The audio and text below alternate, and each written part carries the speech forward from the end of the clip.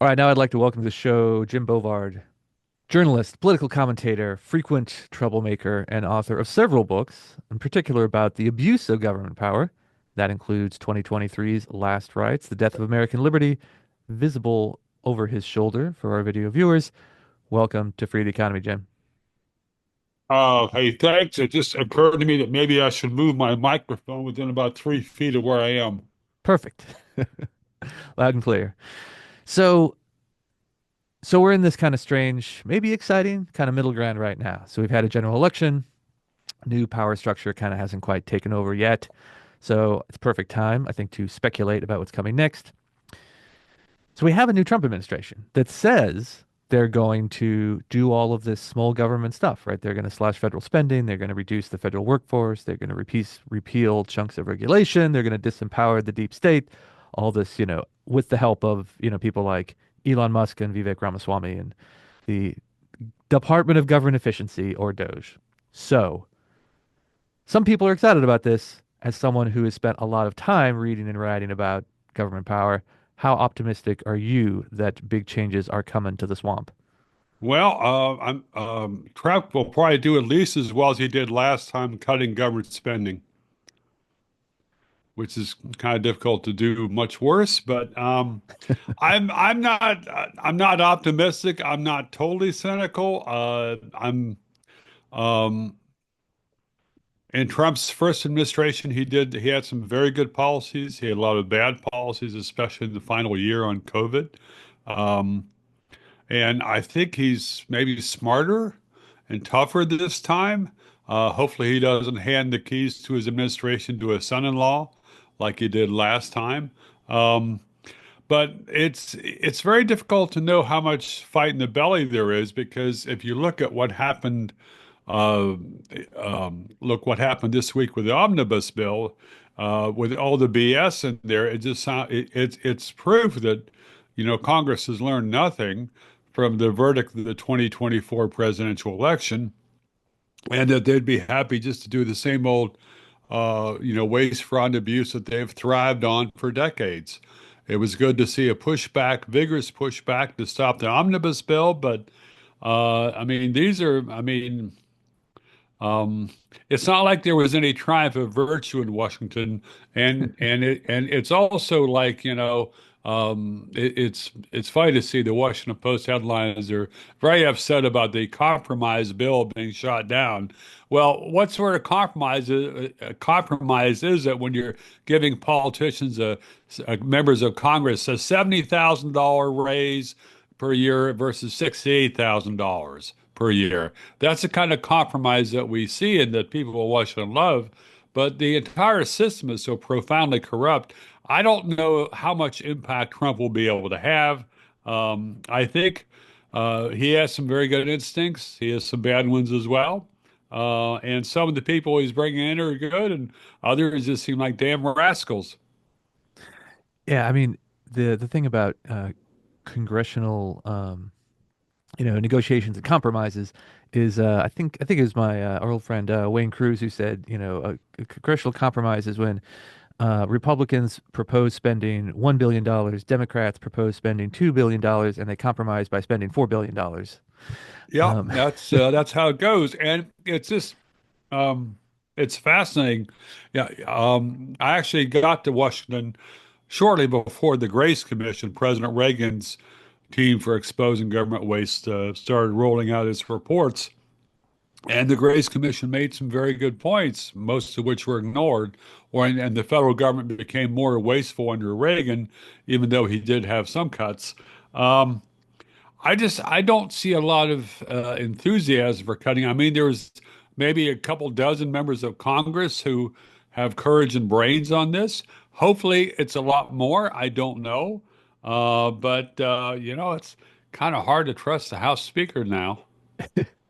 well, so with your work especially, I feel like we have kind of two big categories of government overreach that we might be concerned about. So the first is the stuff that gets talked about the most, which is, massive spending and the deficits that come with them. Like you said, waste, fraud, and abuse, cronyism, and government contracting. That's all the money stuff.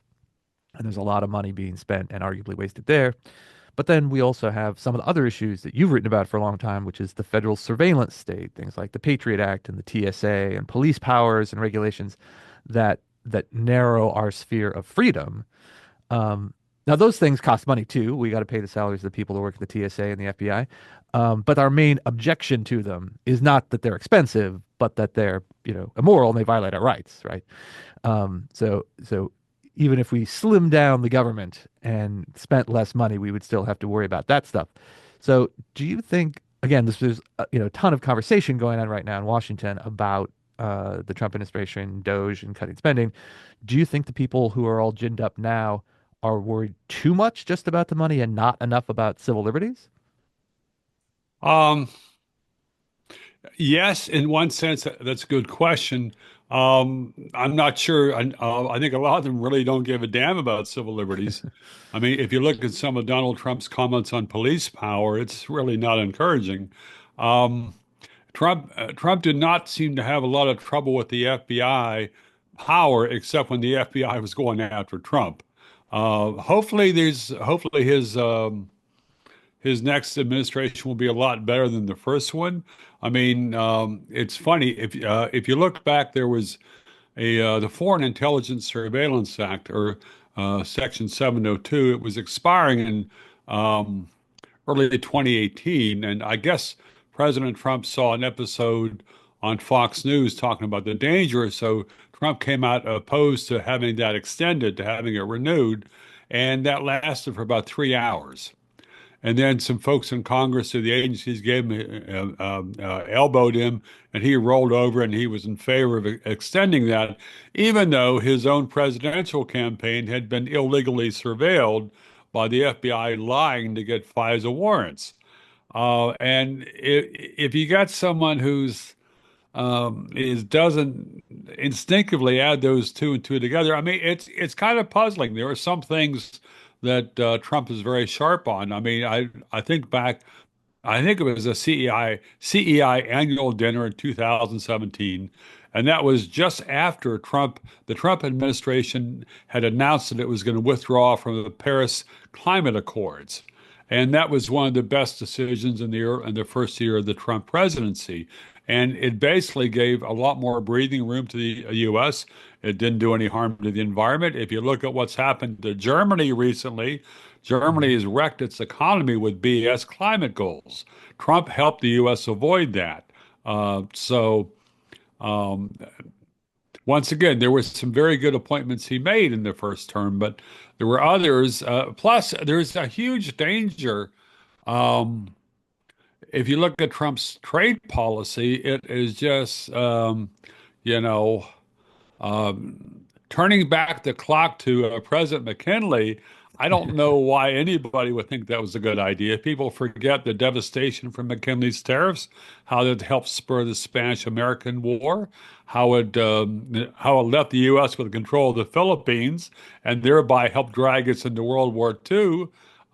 There were so many follies, and especially after we have watched the Biden administration, President Biden was crippled by the inflation that he unleashed, especially in the first 2 years of his presidency. He never recovered the trust of the American people from that. The Trump policymakers seem to think that you can put a 10% tariff on bananas and somehow it's not going to have an adverse effect on consumers and everything else.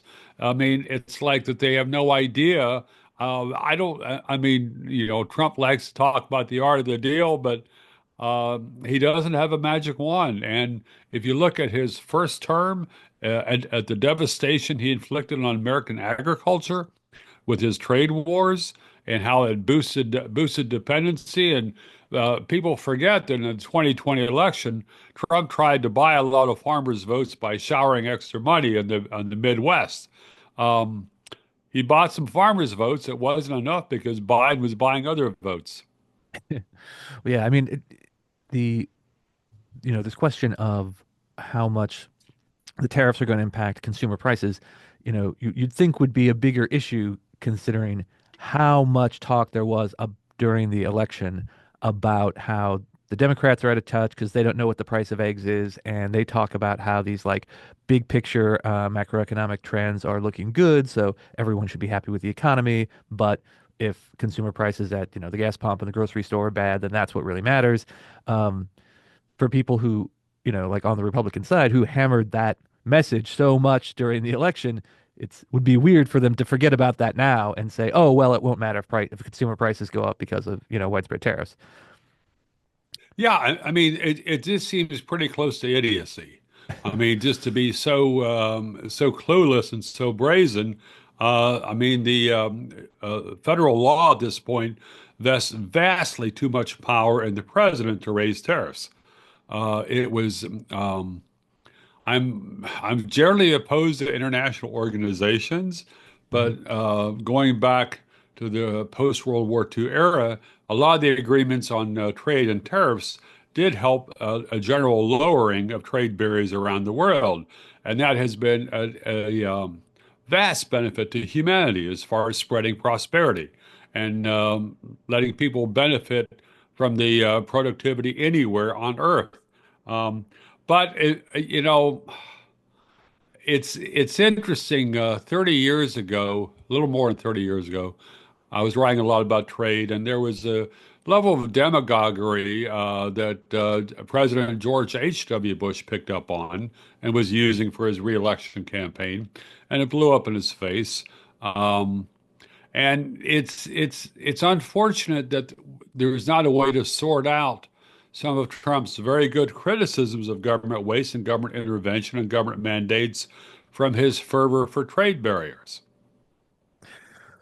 Yeah, and I think again, sort of looking back 10, 20, 30 years, there's an interesting precedent when it comes to people coming in and but trying to appoint someone who's just going to take charge, and cut through all the red tape of the past. So, you know, th- so now we have sort of like Elon and Vivek at Doge, and they're going to come in and cut the sort of Gordian knot of bureaucracy, supposedly.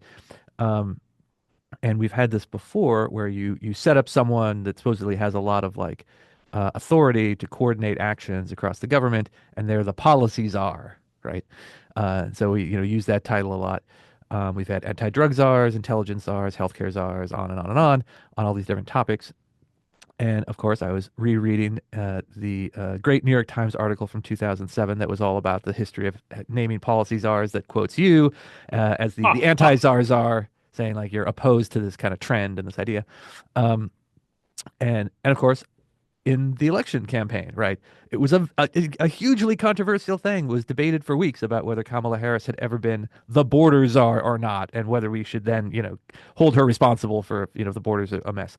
Um, do you think we're going to get more of this sort of picking someone out of the ether and, giving them supposedly some extra powers to just like cut through the bureaucracy like we have in previous administrations? Are we going to get more Um, czars?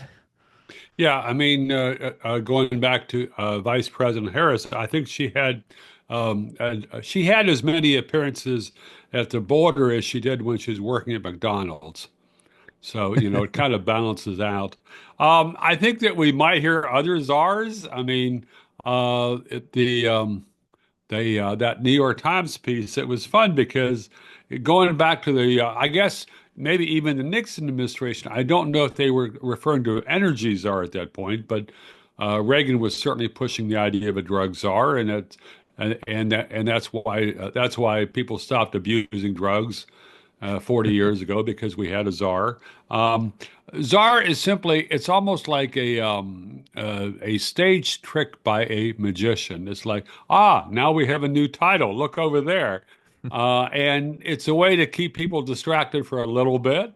Um, I mean, Musk and Vivek, I guess maybe they're the boondoggle czars now, but I don't know that that's going to, it's a nice title. I don't know how much influence they're going to have. I mean, it was very encouraging to see the stampede against the omnibus bill, but that omnibus bill was the kind of thing that was a lightning rod, especially with a raise and pay for Congress.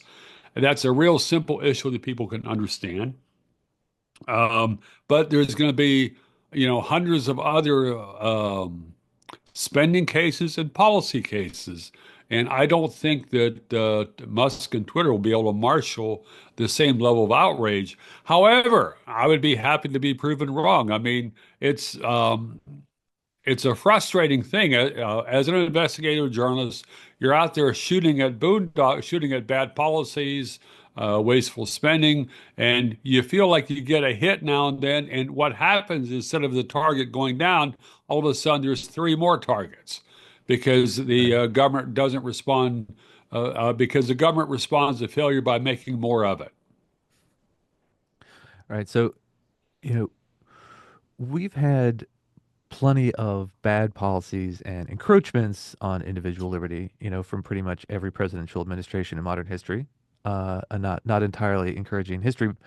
But so if you're looking, so you mentioned like, some examples from the past, whether it's, Reagan or all the way back to Nixon or George H.W. How would you rank them on, again, not so much the wasteful spending side, but sort of like the individual liberty side? Was it like Bill Clinton and Janet Reno as Attorney General were the worst, or was it George W. Bush's War on Terror, or were they all bad in their each special snowflake way? Well, with Bill Clinton, you had an attorney general who didn't have a problem with sending in tanks to gas American citizens and to help start a fire that left 80 people dead. The Washington media responded by putting a halo over her. You had Bill Clinton who just stretched government power in so many different ways. He was profoundly anti firearms, anti Second Amendment. George W. Bush was a lot worse. George W. Bush unleashed a worldwide torture regime. Bush trampled the Fourth Amendment as far as Americans' privacy. Bush put the surveillance state on turbocharged. Bush dragged us into foreign wars that have worked out disastrously for the U.S. and for abroad. We are still haunted by that legacy.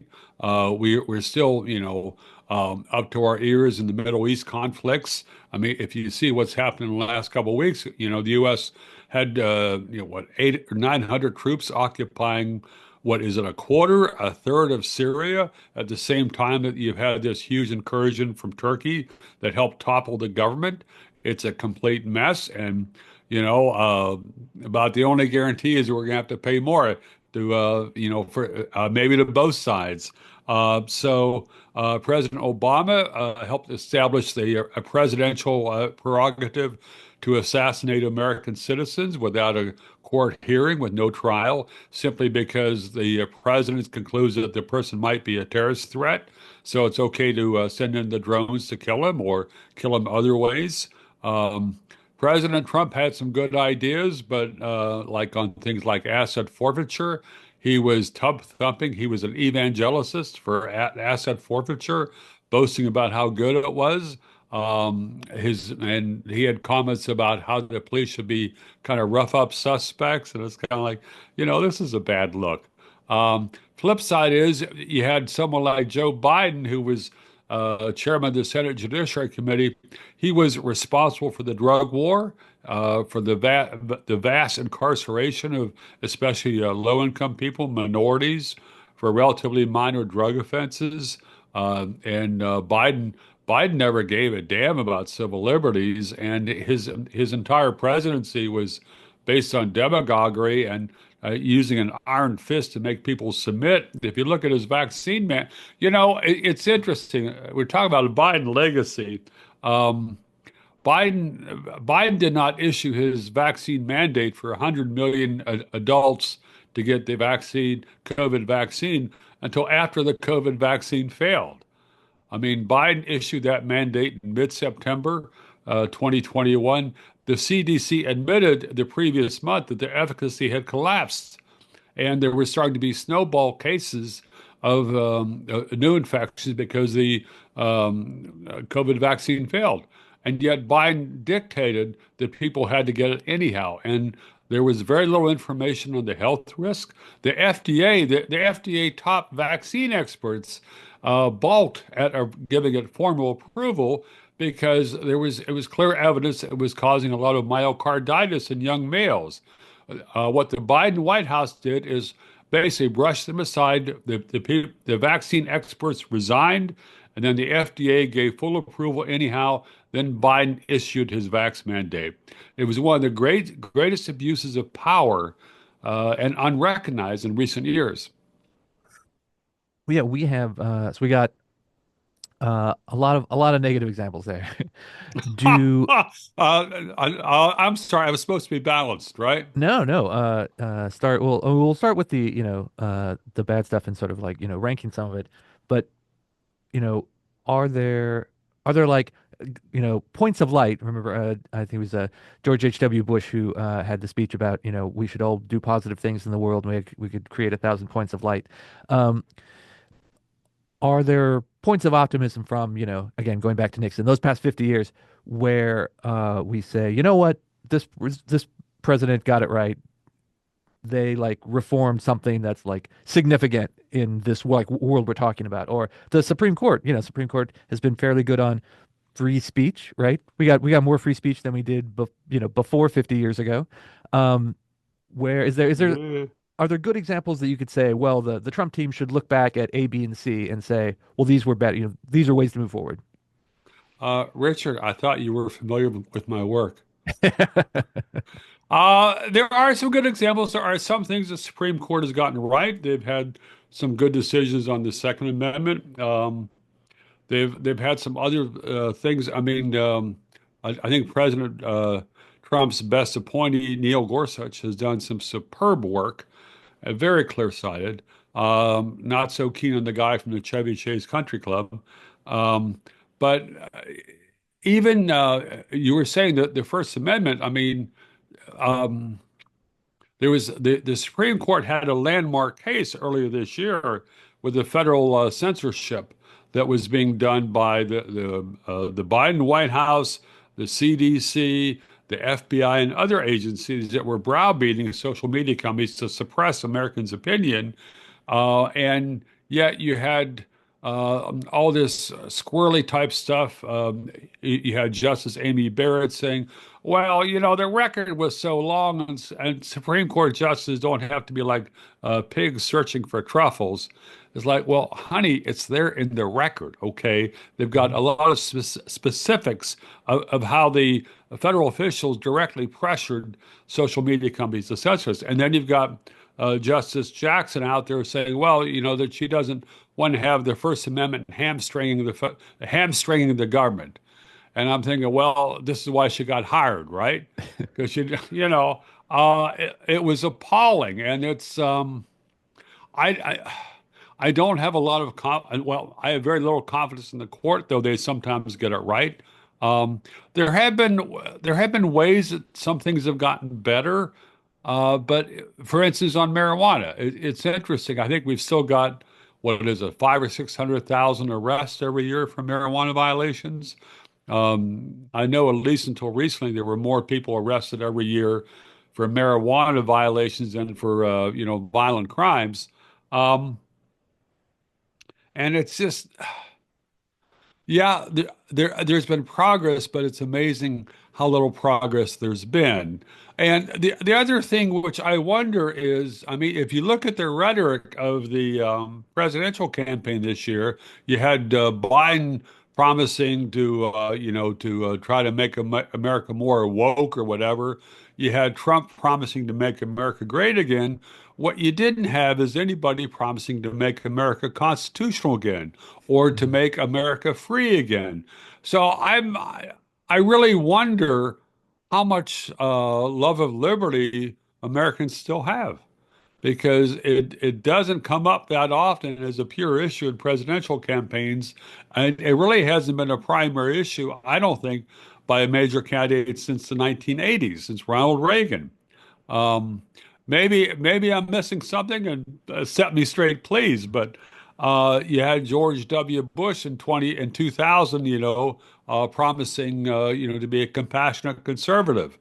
That was a license for a vast expansion of federal intervention in education and elsewhere. Um, you had I don't see that. Again, there's a couple dozen folks on Capitol Hill who are very good. Hmm. There's a few judges who are very good, but I mean, it seems if you contrast how much enthusiasm there is now compared to the time when Fred Smith founded CEI, it doesn't seem optimistic at all to me. But what's your take, Richard?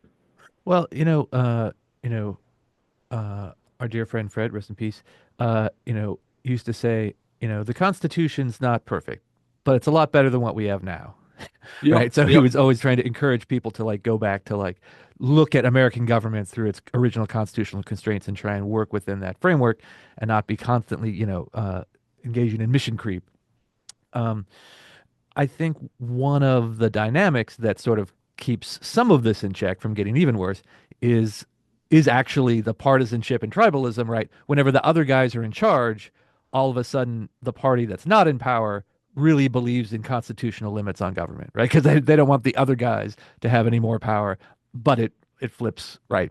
As soon as right, as soon as they get in power, then but there's always one because we're a two-party system, right? There's always one major party out of power, so there's always one party, maybe cynically, using arguments about how, oh, well, we can't be constantly expanding government power. Maybe there's some real constitutional limitations here, and that kind of flip-flopping one I think is interesting because when people talk about partisanship today, they say, oh, America's never been more divided, it's never been more partisan, it's never been more, there's never been more tribalism. There's a kind of assumption that there's been a consistent ideology in both parties, and that's not always true, right? Maybe you would say the Democrats are, in general, the party that talks about bigger government, and the Republicans are the party that at least talks about smaller government. yeah. But there's been a lot of flip-flopping on particular issues here, and one I think is interesting, which we talked about, the FBI. FBI has a long history of aggressively violating the rights of Americans in various times in the past several decades. And so when I think of this sort of cultural change, look at sort of like attitudes, right wing versus left wing. If you went back to the early 1970s, you went back 50 years, Richard Nixon's president, and you asked a lefty, right? That was the heyday of radical politics, right? A lot of lefties are self-described radicals out there. If you asked them what the worst government agency was, what was the worst, the most dangerous, most of them would say the FBI, right? Every lefty hated the FBI back then, right? And a conservative probably would have said, well, thank God J. Edgar Hoover's guys are out there because they're the only thing stopping the Weather Underground from bombing every bank and post office in the country, right? But if you ask a MAGA true believer today, they would probably agree with the lefties from the 70s and say the FBI is the worst agency ever, right? It's a lot of anti-FBI feeling on, in conservative right wing. And then the resist libs, right? The Democrats would say, "Oh, well, thank God Mueller was there to like, try and stop Trump from going crazy his first term." So, does this is this just an example of when you're out of power, you're in power, you switch teams, or is there some deeper kind of longer term trend going on here? Mental Yeah. illness. Is that the term we're looking for here? Yeah, I mean, it's fascinating to me. I think as of 2017, the polls were showing that the among liberals and Democrats, the FBI was either their most favorite federal agency or almost their most favorite. And it's just it's amusing because a lot of liberals pride themselves on being better educated than people that might vote for Trump. But I mean, I guess that they missed the history classes or that they just had some kind of total mind erasure, or perhaps that they were so full of fear that they were just grasping on anybody to rescue them. Um, it's really hypocritical and appalling to see the flip-flops on the FBI. This is something, I mean, it's sad that people cannot agree on the idea that federal agents should obey the Constitution, they should obey the law, and if they shoot mothers holding babies in the cabin door, they should be held liable. If they send in the tanks to burn down a home occupied by 80 people, they should be held liable. If they destroy Americans' privacy, if they do all this entrapment stuff, they should be held liable. But that's not the case. And again, part of the frustration here, going back to Trump's flip-flops on this, Trump got screwed by the FBI in his first term. FBI and other agencies profoundly damaged his credibility. I think they helped the Democrats capture control of at least one branch of Congress in 2018. There were so many things, and they helped feed this narrative of Trump as a dangerous dictator, even though most of what he was doing was not. But you had Trump at some point in the campaign this year. He was saying, "Well, the thing we need to do is get a beautiful new headquarters for the FBI so they can, solve the crime problem inside of Washington, D.C." That wasn't quite verbatim, but that was the gist of it. And it's like people like Thomas Massey, Rand Paul, Mike Lee, they're far more astute on this. Okay, so you have an agency with a long history of trampling the law and the Constitution. Maybe if they had a nicer building, they'd behave better. I don't see it. Well, yeah, I know. I was thinking about, as we were, before we started talking about the changes again, trying to pick out any sort of like glimmers of hope here about, maybe what are sort of bad things that used to happen, maybe that don't happen anymore, and basically, I couldn't come up with a whole lot of them. Maybe I'm the dying to hear the list. well, I mean, the FBI was famous in the early days for doing things like interdicting mail, right? And reading your mail. If they thought you were a communist or a homosexual or a Black Power person, they would like read your mail and then reseal it, and then COINTELPRO, yeah. and uh and I guess they don't do that much anymore because most people don't send important information via the mail. So maybe they do less of that now. Well, but yeah, I mean, that's actually a very good example because there are fewer cases of them reading physical letters, but then you had under Janet Reno in the early 2000s, you had Carnivore.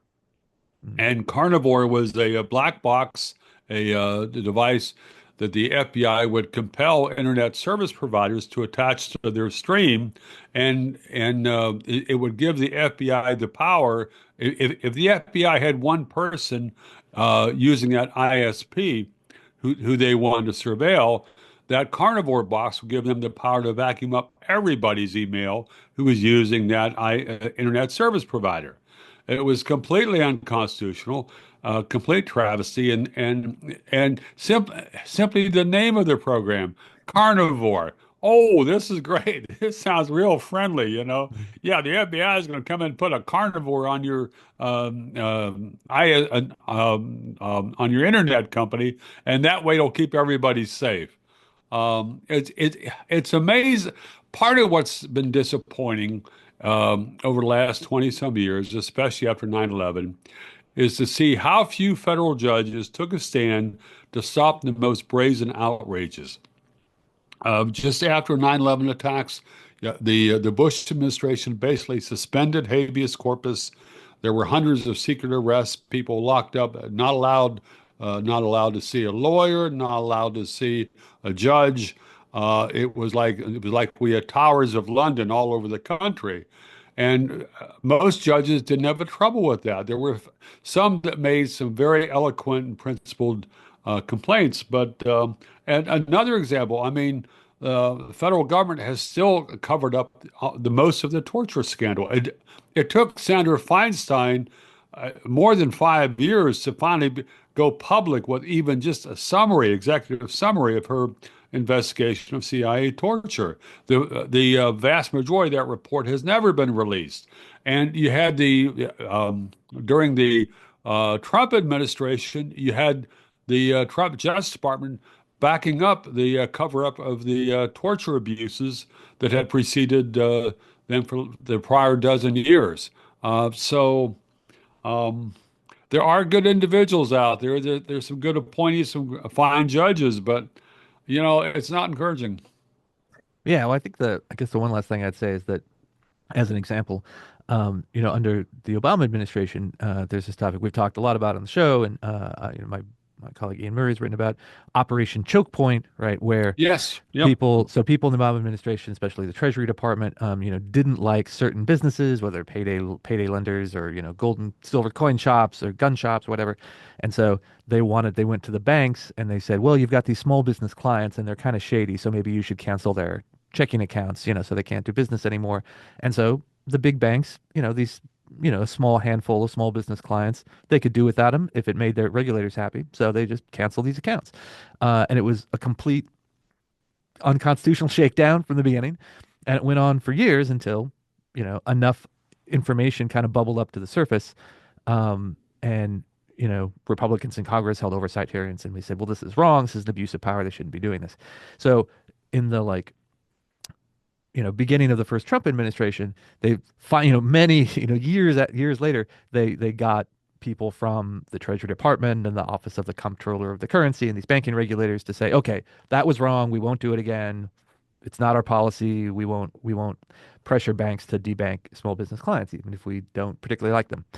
Um, that was a win, right? It should have never happened in the first place. But there was a win there. And now we have again what people call Operation Choke Point 2.0, where crypto businesses especially are getting debanked. Of course, Mark Andreessen just talked about that on Joe Rogan Experience, and everyone's talking about it. But and we just had an event last week that we talked about it here in DC. But it seems like the Trump people, again, like the new AI and crypto czar, David Sachs is going. He's obviously not going to like that. There's plenty of people that seem to be coming in on Team Trump that are going to make sure that's not happening, right? That there's not this, again, anti-crypto debanking kind of shadow conspiracy, right, among the banking regulators. So that's not a solution to all of the problems we've been talking about, but I think that's a cause for some optimism. Well, no. Uh, no, if you look at what the Biden folks did, there were some very good reports from congressional committees that were looking at what the FinCEN had done, has done, is probably still doing under Biden. And for instance, FinCEN was pressuring banks and other places to target people who use purchase certain things, purchase firearms, shopped at the Bass Pro Shops, bought Bibles. I mean, there were all kinds of things that were absurd tripwires that FinCEN was pressuring banks and others to use to basically make a list of who was doing those kind of activities as if they were terrorist warning signs. I don't have, it's something I wrote about for the New York Post. I did a couple pieces on this. I don't recall the exact details, but um, it was like Operation Choke Point 2.0 plus because there were so many people and groups that would be targeted. And there's a basic trouble I had with Biden is that he's basically he was acting as if it should be a federal crime to distrust the government. And you had so much surveillance coming in on that, so much targeting. This is something that I was saying early on in the administration that libertarians should be very careful because the Biden folks use an awful lot of entrapment. And if you see how they demagogue January 6th, it's like there was, there was almost no honesty. One of the things, this is a rough transition here, one of the things that the Trump people need to do is open the files. That was one of the things that Obama did very effectively against George W. Bush in early 2009. They opened a lot of those Justice Department memos that showed how close George W. was to dictating martial law and other things with no good reason. There are so many things, so many abuses that the Biden administration has done that we have not heard about. And hopefully, Trump gets people in there who know how to read and have the courage to push stuff out. And the thing about knowing how to read, that's not just a throwaway line. You have to know how to read a government document or a political document to say, okay, it's 35 pages. Most of us, yeah, yeah, yeah. But here's three sentences. Here are three sentences that are holy crap. I can't believe the government did this. I can't believe the government said that. But if you have people who are good critical readers and have an active mind and know what they're looking for, there could be a series of just shocking revelations that would help give Trump legitimacy. Well, I agree with that. Open the schools, open the files, and let's have it all come out. Uh, Jim, this has been a fascinating conversation. Maybe not the most optimistic, but If I you still got wanted hope. an optimist, you should have, let me see, who would be a good optimist? They're hard to find these days, you know. Yeah, but honesty, I agree. Brutal honesty is better. Still optimistic that we're gonna get see some good reforms. But before we go, can you give a shout out to where people should look for your work? Yeah, jimbovard.com. I've got a blog there. I cross post pieces. I've got an article out today on the Libertarian Institute on 40 years of sniping at Leviathan, talking about the various agencies I've fought over the decades and what I've learned. I've got a piece out on Counterpunch today on burning witches and torching the Constitution, torching democracy, on how some of the principles, precedents going back to the 1600s England on divine right and rulers above the law. This is what we're dealing with in this country. It's profoundly toxic for our political culture. Um, I write stuff for New York Post. I've written quite a bit in the past for New York Times, Wall Street Journals, quite a bit for USA Today and other places, and I guess 10 or 11 books. And you can see most of them in the background of my photo here, picture Oh, here. all right. Thank you for being with us, Jim. Hey, thanks so much.